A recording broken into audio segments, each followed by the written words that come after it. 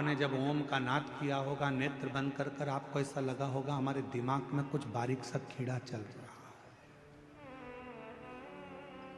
कोई प्रवेश कर रहा, वो शिव तत्व है, वो शंकर है, मां ढूंढ रही है, कोई दिखता नहीं है। शिवजी कहने लगे पार्वती चलो, कहां तुम यहां वहां ढूंढ रही हो, किसको खोज रही हो? शिव महापुराण की कथा में वर्णन आता है कि शंकर भगवान की कथा के अंदर बैठकर या पूरे संसार में, ब्रह्मांड में कोई भगवान शंकर के ओम नाद को, पंचाक्षर मंत्र नमः शिवाय को, षडाक्षर मंत्र ओम नमः शिवाय को या श्री शिवाय नमस्तुभ्यम का संसार में कोई भी उच्चारण करता है, उसको मां पार्वती ढूंढ कर ही रहती है और उसे वर देकर ही रहती है।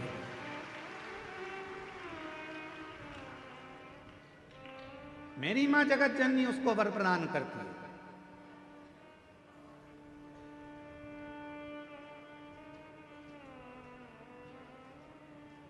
कितना सुंदर कहा है काली पुराण में, मां काली पुराण में एक वर्णन आता है, जब रक्त बीज को मारने का समय आता है तो मां काली पुराण में वर्णन आता है कि मां आद्य शक्ति से पूछा गया, ये इतने विकराल असुर हैं, राक्षस हैं, इनका संहार तुम्हें करना है तो तुम इनको कैसे मार सकती हो?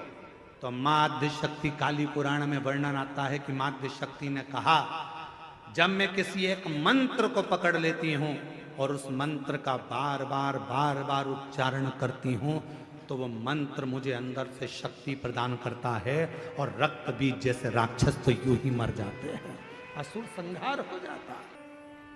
नेत्र बंद कर कर सब एक बार फिर उच्चारण के साथ लंबे ओम नाद, शरीर के रोगों को दूर करने के लिए, शक्ति को प्रदान करने के लिए, शिव भक्ति को प्रदान करने के लिए, जितने आस्था चैनल पर बैठे हैं, जितने फेसबुक यूट्यूब के सामने कथा सुन रहे हैं, जितने पंडाल में कथा सुन रहे हैं, बड़े प्रेम के साथ लंबी श्वास के साथ में उच्चारण करेंगे, मां आद्य शक्ति हमको स्मरण करे।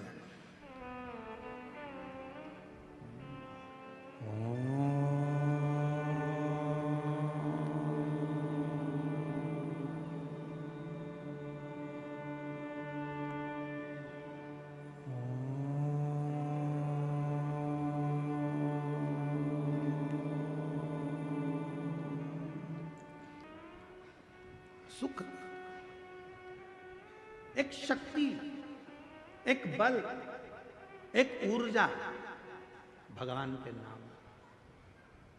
काली पुराण में कहा मां आद्य शक्ति दुर्गा भवानी ने कि मैं रक्त बीज असुर का संहार तो भगवान के नाम के उच्चारण से कर देती हूं। याद रखना, दुनिया के लोग पूछते हैं श्री शिवाय नमस्तुभ्यम में क्या है, श्री शिवाय नमस्तुभ्यम बोलने से क्या होता है, श्री शिवाय नमस्तुभ्यम दरवाजे पर लिखने से क्या होता है, श्री शिवाय नमस्तुभ्यम अपनी गाड़ी पर लिखवाने से क्या होता है, श्री शिवाय नमस्तुभ्यम अपनी फैक्ट्री पर लिखवाने से क्या होता है, श्री शिवाय नमस्तुभ्यम अपनी दुकान पर लिखवाने से क्या होता है। शास्त्र कहता है तुम्हारी जिंदगी में अगर दुख प्रवेश कर रहा होगा तो वो मंत्र को पढ़ते से ही बाहर निकल जाएगा, भीतर प्रवेश नहीं करेगा।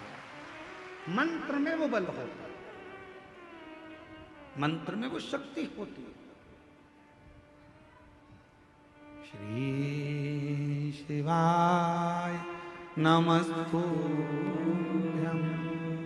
श्री शिवाय नमस्तुभ्यम, श्री शिवाय नमस्तुभ्यम। बोलो बोलो सब बोलो, श्री शिवाय श्री शिवाय नमस्तुभ्यम, श्री शिवाय नमस्तुभ्यम। उस मंत्र का उच्चारण करना मूल हो जाता है। पार्वती मैया ढूंढ रही हैं, कोई मिलता नहीं है। शिवजी उनको ले गए काशी में एक स्थान पर, तट पर माँ गंगा के बैठ गए। शंकर भगवान को नमन कर कर माँ पार्वती जी वहां से चल दी और पार्वती मैया भ्रमण करने के लिए गई, ढूंढने के लिए गई। जो मंत्र जप रहा था, जो मंत्र का उच्चारण कर रहा था, जो मंत्र को पढ़ रहा था, वो कौन है, कहाँ है, दिखता नहीं है। माँ उस पार्वती मैया उस काशी खंड के अंदर, माँ काशी की नगरी में उस जीव को ढूंढ रही हैं, जो उच्चारण कर रहा है, जो जप रहा है, मंत्र का उच्चारण कर रहा है। और तभी पार्वती मैया भ्रमण करने के लिए निकली। ढूंढते ढूंढते ढूंढते ढूंढते माँ आद्य शक्ति, माँ जगत जननी, माँ पार्वती जी उस व्यक्ति को देख, वो मिल गया। जो मंत्र का जाप कर रहा था वो मिल गया, जो मंत्र का उच्चारण कर रहा था वो प्राप्त हो गया, जो मंत्र को भज रहा था मिल गया।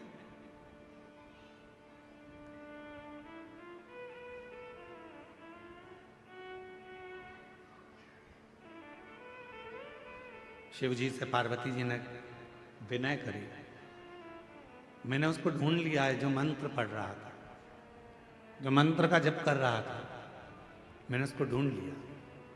बाबा चलो एक बार उस पर भी कृपा कर दो, जो मंत्र का जप कर रहा था उस पर करुणा कर दो। शिव जी बहुत तेज हंसे, ढाका लगाकर खूब तेज बाबा भोलेनाथ हंस दिए। अब पत्नी कुछ कहे और पति जम के हंस दे तो पत्नी को गुस्सा आने लगता है बहुत तेज। मैं तुमसे कुछ कहती हूं और तुम मेरी बात को हवा में उड़ा देते हो, मैं तुमको कुछ कहती हूं और तुम हंस के निकाल देते हो, मेरी बात तो तुम सुनते ही नहीं। धर्म पत्नी की बात पर पति इसलिए हंसता है कि तू कोई सी छोटी छोटी बात को अपने माइंड में क्यों लेती है। मैं हूं ना, तुझे मुझ पे भरोसा है ना, तो फिर क्या टेंशन है। तुम्हारे भाई ने ये कर दिया, तुम्हारी बहन ने ये कर दिया, रिश्तेदार ने ये कर दिया, नातेदार ने वो कर दिया। अरे आग लगे बस्ती में, अपन रहो मस्ती में, क्या किसको रोइए। चादर तान के सोच, अपने को क्या करना, क्या टेंशन लेना अपने को। पर तुम्हारे भाई ने ये कर दिया, तुम्हारी बहन ने ये कर दिया, तुम्हारी मम्मी ने ये कर दिया, तुम्हारे पिताजी ने ये कर दिया, इसलिए पति उसको हंसी में टालना चाहता है, इसलिए पति हंस देता है, इसलिए पति मुस्कुरा देता है, उस बात को निकालना चाहता है। क्योंकि अगर बात बढ़ेगी तो विवाद होगा, विवाद होगा घर टूटेगा, परिवार टूटेगा। जितना भगवान चाहे उतना तो कम से कम निभा ले। परमात्मा से प्रार्थना करो।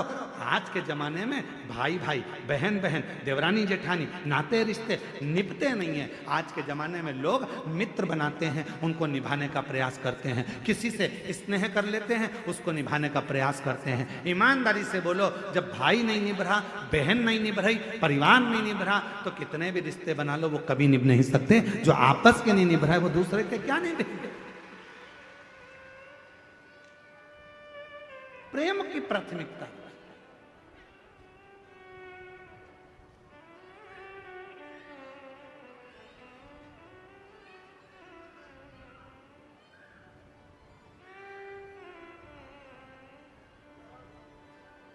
हमारे यहाँ कुबेरेश्वर बाबा के पवित्र धाम में कई लोग आते हैं, साथ में बर्तन भी लाते हैं, आटा भी लाते हैं, दाल भी लाते हैं, चावल भी लाते हैं, और पीछे बेलपत्री की जहाँ वाटिका है, वहाँ जहाँ बट वृक्ष है, वहाँ कहीं पर भी बैठकर अपना भोजन बनाते पाते, परिवार के साथ बैठकर भोजन करते हैं। उनको देखकर हमें बड़ी प्रसन्नता होती है। हम कई लोगों से मिलने भी जाते हैं, वहाँ पर अगर सीहोर रहते हैं तो हम उनके पास जाते हैं, बोलते हैं भगवान बड़ी कृपा करा है आप पर कि कम से कम आज आपका पूरा परिवार बाबा के धाम में बैठकर भोजन तो कर रहा है। इससे बढ़कर सुख और क्या हो सकता है। निवेदन है, अगर सनातन धर्म को मजबूत करना है, भारत की भूमि पर सनातन धर्म की मजबूती चाहते हो, तो अपने घर में एक नियम बनाओ, हफ्ते में कम से कम एक दिन पूरे परिवार के साथ मिलकर भोजन करने का प्रयास करो, तो धीरे धीरे वो कुटुंब जब एक साथ जुड़ेगा, वो परिवार एक साथ जुड़ेगा, जब कुटुंब हमारा जुड़ना चालू होगा, तो फिर हम पर कोई आक्रमण नहीं कर सकता, आक्रमण नहीं कर सकता।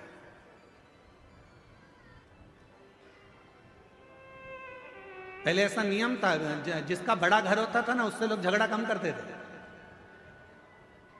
पहले देख लेते थे कितने भाई हैं, 9, उनके बच्चे कितने हैं, सबके मिला के 12। पहुंच मत जाना, ढूंढ देंगे पकड़ के, चले ही मत जाना। देखते थे बड़ा परिवार है, झगड़ा नहीं करना, बड़े परिवार है, लड़ना नहीं है, बड़ा परिवार है, इनकी बहुत दूर दूर पहचान है, वाह वाह वाह, सब भाइयों की, एक की ससुराल उसकी यहाँ है तो एक की ससुराल उसकी यहाँ है, 9 तो यही है, ससुराल वाले गिन लो तो ऐसे 150 200 है। भीड़ मत जाना, लड़ मत लेना। विचार, लड़ाई ना हो, परिवार में कुटुंब में एकजुटता रखिए, थोड़ा जुड़ने का प्रयास करो, थोड़ा जोड़ने का प्रयास करो। अब शिव जी मुस्कुरा दिए, भगवान शंकर बहुत तेज ठाका लगाकर हंसे, और बाबा देवादिदेव महादेव ने जैसे ही ठाका लगाकर हंसे, शंकर भगवान जैसे ही हंसे तो पार्वती जी को थोड़ा सा गुस्सा आ गया। पार्वती जी ने कहा, प्रभु मैं इतनी जरूरी बात आपसे कह रही हूं और आप हंस रहे, आप मुस्कुरा रहे। भगवान भोलेनाथ जी ने कहा, पार्वती तू क्या कहना चाहती है मैं जानता हूं। तो पार्वती जी ने कहा, बताओ क्या कहना चाहती है। शिव जी कहने लगे, पार्वती तू कहना चाहती है कि वो जो मंत्र जप रहा है उसको वर प्रदान करने चलो, उसको आशीर्वाद देने चलो। पर पार्वती मैं उसको वर प्रदान करने नहीं जाऊंगा, मैं उसको आशीर्वाद देने नहीं जाऊंगा। पार्वती जी कहने लगी, ऐसा तो हो नहीं सकता, आपको चलना तो पड़ेगा। पार्वती जी कहने लगी, क्यों नहीं जाओगे। शंकर भगवान बोले, पार्वती बात इतनी सी है, जो वो मंत्र का जप कर रहा, ओम का उच्चारण तो वो सही कर रहा है, पर मंत्र के बीच में एक त्रुटि कर रहा है। ओम का उच्चारण सही कर रहा है, पर मंत्र के बीच में एक त्रुटि कर रहा है। उस त्रुटि में वो मंत्र जप रहा है अमर होने का, पर उस मंत्र में एक त्रुटि है, एक गलती है, जिसके कारण वो मांग रहा है अमर होना, दिल से चाहता है अमर होना, पर मंत्र में गलती के कारण वो बोल रहा है कि मैं अभी मर जाऊं। एक गलती हो रही है उसके मंत्र में, एक त्रुटि हो रही है उसके मंत्र में, वो मृत्यु को मांग रहा है और भजन कर रहा है अमर होने का, तप कर रहा है अमर होने का, साधना कर रहा है अमर होने का, और मंत्र पढ़ रहा है मरने का। अब तुम बताओ क्या करूं। तो पार्वती जी बोली, भोलेनाथ जी ये तो बहुत बड़ी बात हो गई, आप कुछ मत दो उसको, चलो आप तो हमारे साथ वापिस कैलाश चलो। शिव जी कैलाश पहुंचे और भगवान देवादिदेव महादेव जैसे ही कैलाश पहुंचे, पार्वती जी चुप चुप रहने लगी, बोलती नहीं थी, बहुत मौन रहती थी। मौन रहती तो एक बार षडानंद कार्तिकेय जी ने पूछ लिया, मैया क्या बात है, तुम बोलती क्यों नहीं हो, आजकल बहुत चुप रहती हो। गणेश जी ने पूछा, माँ आप बोलती नहीं हो, बहुत चुप रहती हो, कुछ बोलती नहीं हो। शंकर भगवान को मालूम पड़ा कि पार्वती कुछ बोलती नहीं है, आजकल चुप रहने लगी है। तब शिव जी ने पूछा, पार्वती बात क्या है, जिस दिन से तुम काशी से आई हो उस दिन से तुम मौन हो, चुप हो, कुछ बोलती क्यों नहीं हो। तब पार्वती जी ने कहा, स्वामी मेरे मन में एक संशय है। क्या संशय है पार्वती। मेरे मन का संशय यह है स्वामी कि वो जो काशी में जप रहा था, मंत्र गलत पढ़ रहा था, और मांग सही रहा था। ऐसे ना जाने संसार में कितने लोग होंगे महाराज भोले बाबा, आपके डमरू की नाद से, आपके गंगा की धार के जल से करोड़ों करोड़ों मंत्र बने हैं। शिव जी से कह रही है मां पार्वती की सबसे ज्यादा दुनिया में अगर कोई मंत्र प्रकट हुए हैं तो शंकर भगवान आपके द्वारा प्रकट हुए हैं। इतने करोड़ों मंत्र लोग अगर बोलेंगे उसमें कोई त्रुटि होगी तो बेचारों का क्या होगा। इसलिए कुछ कृपा करो, कुछ कृपा करो। शिव जी ने कहा मांग तुझे क्या चाहिए पार्वती। पार्वती जी कहती हैं प्रभु बस ऐसी कृपा कर दो कि कोई कैसा भी जपे, गलत भी जपे चाहे सत्य भी जपे, सही भी जपे चाहे वो गलत भी जपे, तो भी उसको नरक ना भोगना पड़े, वो आपके धाम सारी कामनाएं प्राप्त कर कर आपके धाम में पहुंच जाए। ऐसा बस इतना सबर। शिव जी ने कुछ बोला नहीं, चुप रहे। अभी तक मां पार्वती जी चुप थी, भगवान भोलेनाथ चुप हो गए, बोले नहीं। और मंत्र जपने वाले दुनिया के लोग मंत्र जप रहे। जाओगे तो हम कहां जाएंगे, कृपा करो, कुछ तो करुणा करो। शिव जी ने कहा पार्वती क्या दूं मैं, क्या दूं, क्या दूं, बस कृपा कर दो थोड़ी सी, थोड़ी सी।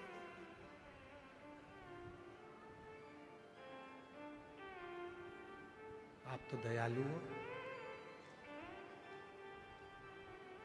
पार्वती जी ने कहा मैंने मेरे पिता